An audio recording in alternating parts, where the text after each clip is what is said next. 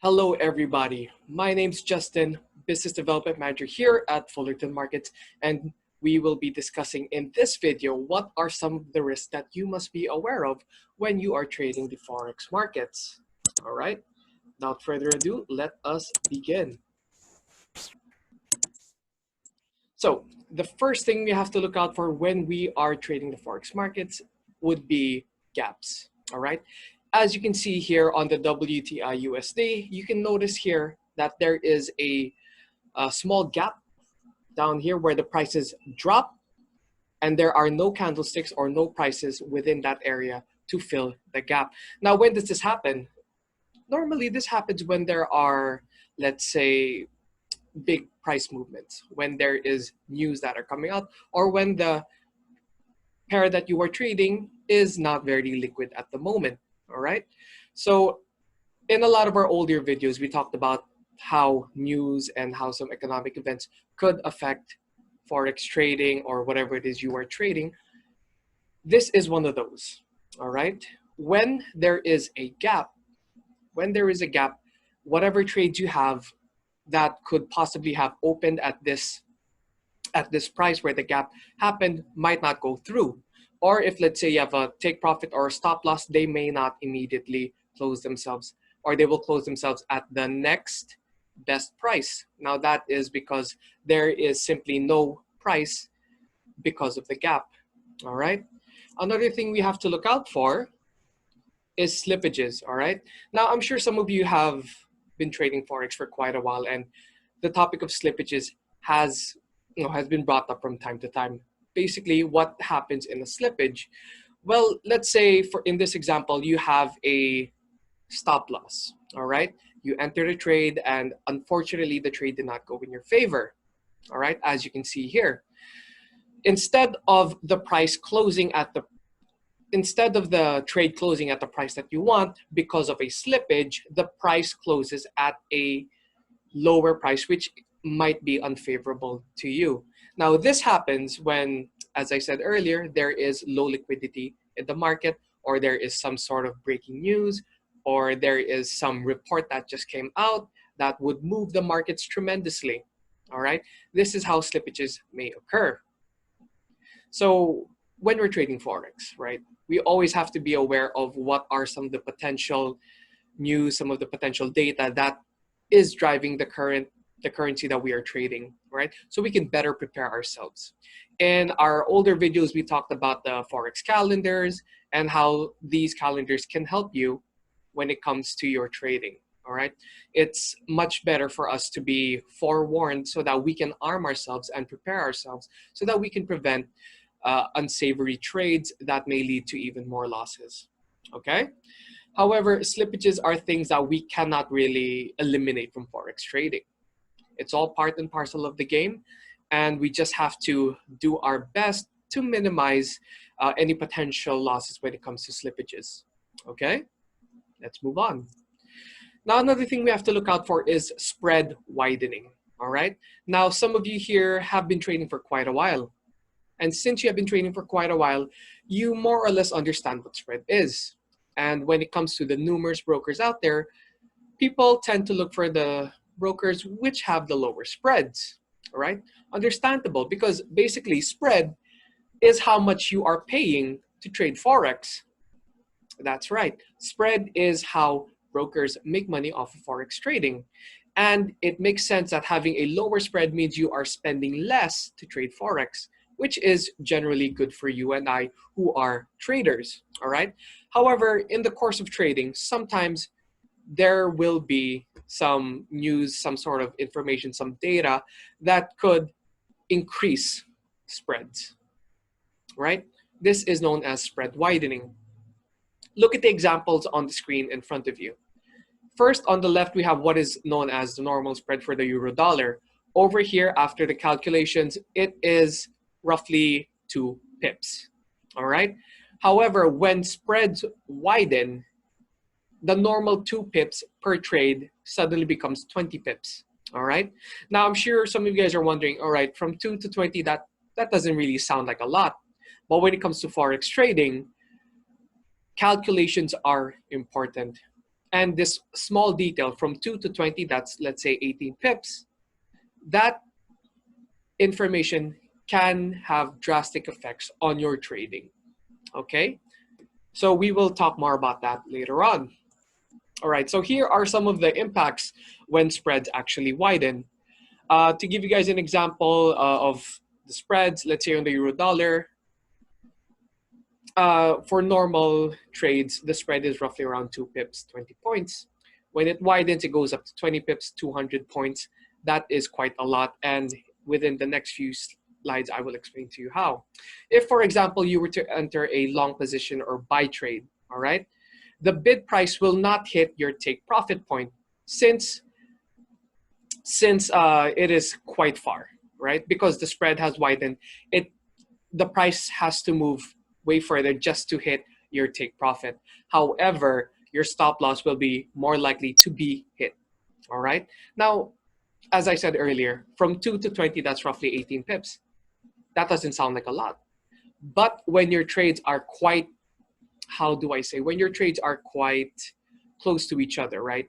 The entry price to your stop loss or take profit, 18 points could be enough to actually close a winning trade at a loss, all right? If, for example, the spreads do widen and you actually want to close your trade, now here comes a problem, because due to the high spread, even if you were to close your trade and you see the prices moved up, let's say you enter a buy, the price is higher, you close the trade, you might still be at a negative, all right? That is one of the problems of spread widening. Of course, there is very little we can do to combat this, since we are trading Forex. A lot of things can affect the Forex markets. Random speeches, random tweets, acts of war, or stuff like this. They can actually move the prices, and they will lead to increase of spread. If any of you have ever traded a non-farm payroll, which happens every first Friday of the month, you can see that for the first 30 seconds, whether it be at 8:30 or 9:30, for the first 30 seconds, prices will move quite quickly, quite rapidly, right? And the spreads will be enormous.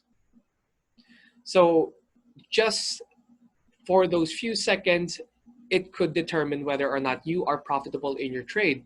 Some people might even actually open quite a large position and could end up wiping out their entire account due to spread widenings. However, if you plan your trades, you make sure that you are prepared, spread widening is manageable, all right?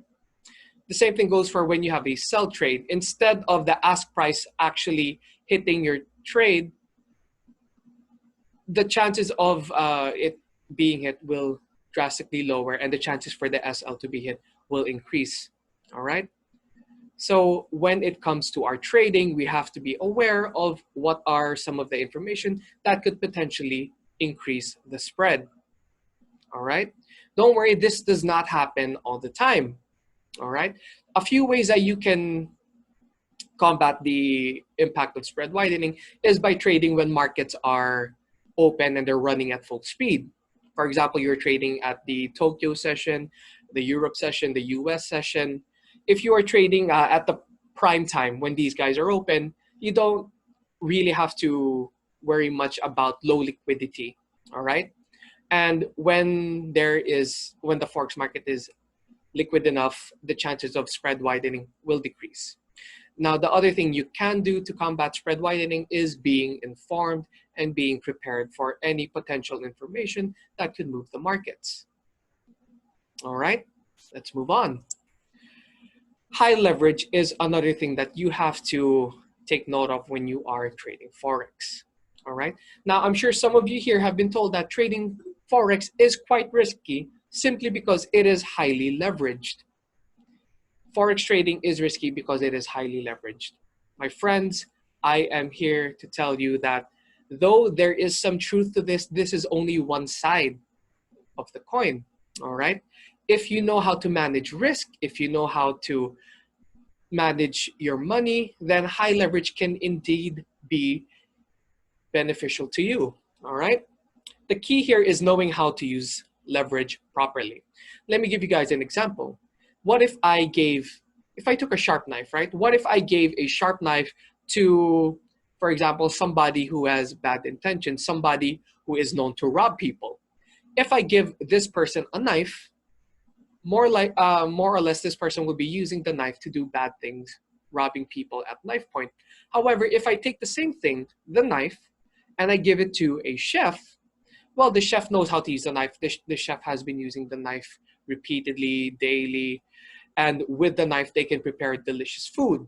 All right. So the same thing, the knife in two different hands will lead to drastically different results. The same thing with leverage. In the hands of a master, leverage is good. In the hands of somebody who is not really,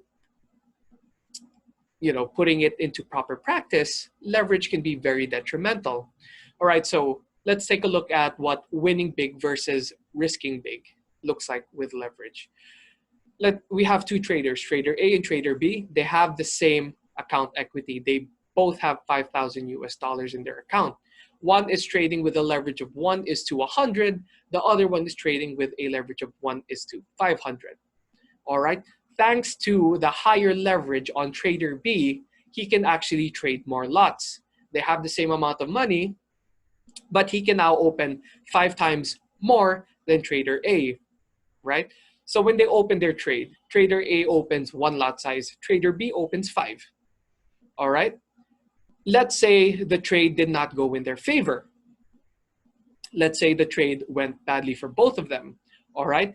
A 100 pips loss for trader A at 1 lot amounts to 1,000 US dollars.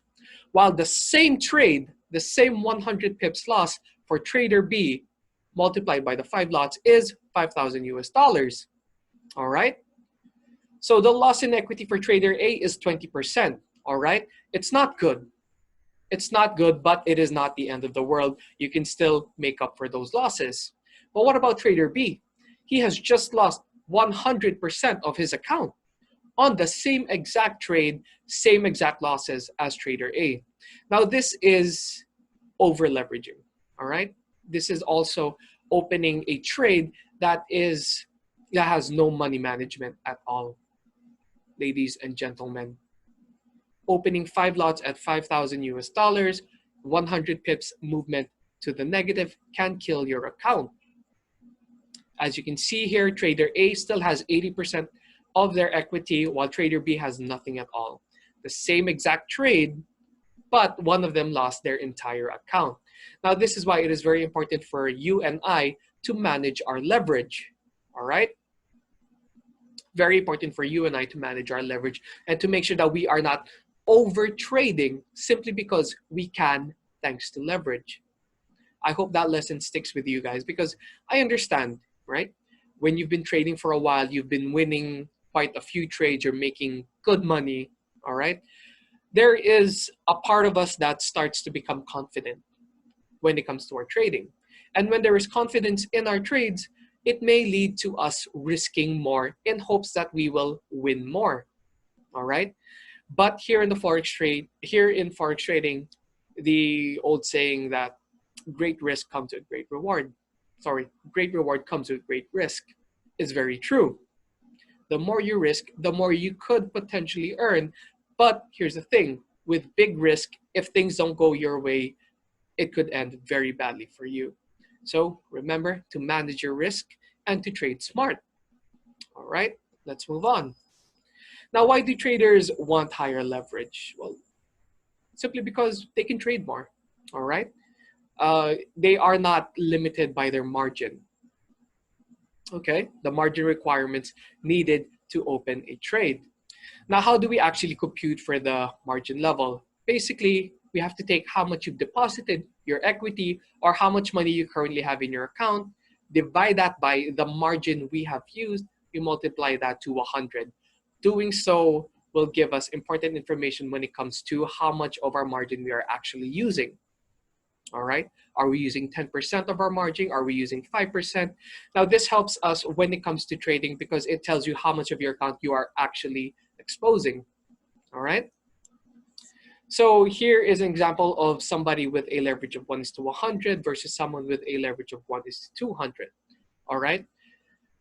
the margin for the first one is 1,000 US dollars. The other one is 500.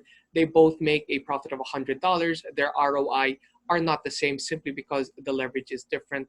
One of them had a ROI of 10%. The other one had an ROI of 20% on their accounts. However, there's something very important that we have to take note of when we are trading with leverage. We can actually choose, depending on the broker, how much leverage we want in the account. But that does not mean that we should every time use the entire tradable amount that we have leveraged with. If, for example, you have a leverage of 1:100, you don't have to, open one lot every single time. If you have a leverage of 1:500, you don't have to open 5 lots just because you can. You have to remember to trade smart and to use smaller lot size, even though you have the ability to trade even more. All right, keep that in mind. Just because we can trade more with our smaller account does not mean we should do it all the time. Okay, it's good to have the leverage there so that when there are opportune moments that you think is worth for you to take the risk, then you could possibly enter larger positions. No problem there. If that's how you want to trade, that's fine. But I cannot stress this enough. We have to make sure that we are trading smart. Okay? Just because you can trade more doesn't mean you have to do it every single time. Pick your battles. Okay? Let's move on. What are margin call and stop out? Basically, earlier we had the computation, and this is very important for that, simply because when there is a margin call in respect to our margin, when margin level reaches here, no new trades can be opened. All right, this could be at 50%, it could be at 60% of your total margin. All right, and then after margin call, there is something known as the stop out. When the margins reach this level, the biggest losing trade will be closed automatically by the platform so that the account can be saved and some of your floating trades can remain open. All right, but how do we actually know when we will be, when there is a margin call or when there is a stop out? Using the formula earlier, this is where it all comes to play. All right, after calculating the margin levels, we can then know where is the 50% in our account and where is the 30% where we will actually be stopped out. Now, this depends on your broker. This depends on your account type. However, it is very important for us to know where our accounts are so that we can protect ourselves and so that we do not engage in over trading. All right. If, for example, 50% of your margin is currently being eaten up, you may not be able to open any trades. All right. Let's say you have several trades open. Let's say you're doing a martingale sort of trading. All right. If you were to trade as with a martingale method, you double up essentially every time the trade doesn't go your way, doubling the lot sizes so that you can actually, turn a killer profit when the market does go in your favor. However, if you are margin called, this will not happen because you will no longer be able to open any trades. Of course, you can request for this to be removed or to be lowered. However, I would suggest to keep them since they are there to help you keep your account alive. All right. After the margin call, we have the stop out level where your largest losing trade will be closed out. All right. Your largest losing trade will be closed out. All of this has been put into the system by your broker so that you as a client, you don't incur any negatives. You don't incur any, you don't lose out as fast. All right. Sometimes when we're trading, inevitably we do bad trades, right? And these can help us minimize our losses. Margin calls will stop us from opening new trades. Stop outs will help us close out the biggest losing trade so that some of our open or some of our floating trades can still be salvaged. All right. So these are some of the things that you have to look out for when you are trading Forex. I'd like to thank you all for joining me. My name's Justin, Business Development Manager here at Fullerton Markets. Thank you all, and I hope to see you at our next videos.